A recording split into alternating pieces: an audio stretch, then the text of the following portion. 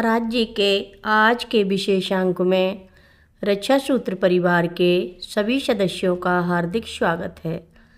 बाबा जी के भक्तों को राम राम। अंत के दिनों में महाराज जी ऐश का हाथ लेकर अपनी टांग पर रख देते थे और कहते थे, शरीर से आसक्त मत हो। सभी ने सोचा कि ऐश ही मरने वाले हैं। कैंची में अपने आखिरी 4 दिनों में महाराज जी वास्तव में हमारे साथ बैठते और कीर्तन के दौरान गाते थे।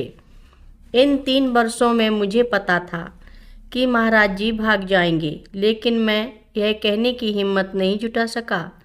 महाराज जी अक्सर अपने भक्तों को चेतावनी भी देते थे कि एक दिन वे कैंची, भूमियाधार, हनुमानगढ़ी, वृंदावन और अन्य सभी आश्रम छोड़ देंगे जो उनके लिए बनाए गए थे। उन्होंने कहा कि वे अमरकंटक भाग जाएंगे और नदी के किनारे जंगल में रहेंगे और कभी वापस नहीं आएंगे। जब महाराज जी कैंची से आखिरी बार जा रहे थे तो एक भक्त ने कहा कि वह उनके साथ जाएगा, लेकिन महाराज जी ने कहा, नहीं बेवकूफ़ मत बनो, यह स्वर्ग है, आगरा में मच्छर है। मैं कसम खाता हूँ कि 4 दिनों में वापस आ जाऊँगा। उस दिन उन्होंने हनुमान जी के सामने 2 मिनट तक हाथ जोड़े। 1973 में महाराज जी भक्तों के एक परिवार के घर आए। उस दिन वे बरामदे में इधर उधर टहलते रहे और परिवार के मुखिया के बड़े ऑफिस के कमरे को देखते हुए रुक गए। उन्होंने कहा, तुम दूसरा कमरा ले लो, यह कमरा मेरे लिए छोड़ दो। वे उस कमरे में 3 से 4 महीने रहे। केवल सुबह और शाम 1 घंटे के लिए बाहर आते। उन्होंने किसी को भी अंदर आने की अनुमति नहीं दी। मुझे नहीं लगता कि अपने बाद के जीवन में महाराज जी ने धीमा किया। हालांकि वे उतना घूमते नहीं थे। उन्होंने हर काम प्रकृति के अनुसार किया। बच्चा रुकता है, जवान आदमी इधर उधर घूमता है और बूढ़ा आदमी रुकता है।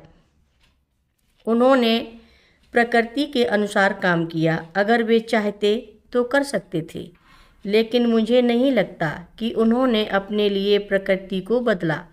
जब वे बीमार होते तो दवाइयों के बारे में पूछते, जब थकते तो आराम करते।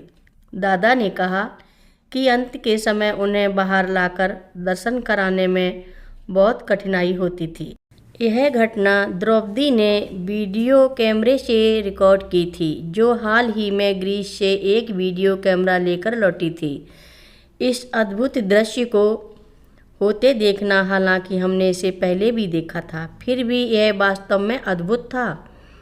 वह अपने कैमरे में भागी और कैमरा चालू करके लौट आई। मुश्किल से 1 मिनट बाद महाराज जी ने तिवारी जी के सिर पर हाथ थपथपाना समाप्त किया और वे धीरे धीरे समाधि की अवस्था से जागे।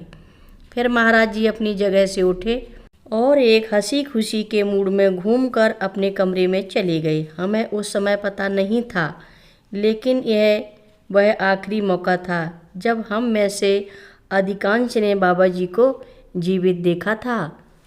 हर रोज़ महाराज जी की कथाएं सुनने के लिए सभी भक्तों का धन्यवाद। सभी भक्त रक्षा सूत्र चैनल को सब्सक्राइब करें, शेयर करें, लाइक करें, घंटी बजाना ना भूलें। कमेंट बॉक्स में लिख भेजें, जय नीव करोरी बाबा जी महाराज। सभी भक्त मिलकर बोलो, नीव करोरी बाबा जी महाराज की जय जय बोलो, सिद्धि माता की जय जय बोलो, जय श्री राम बोलो।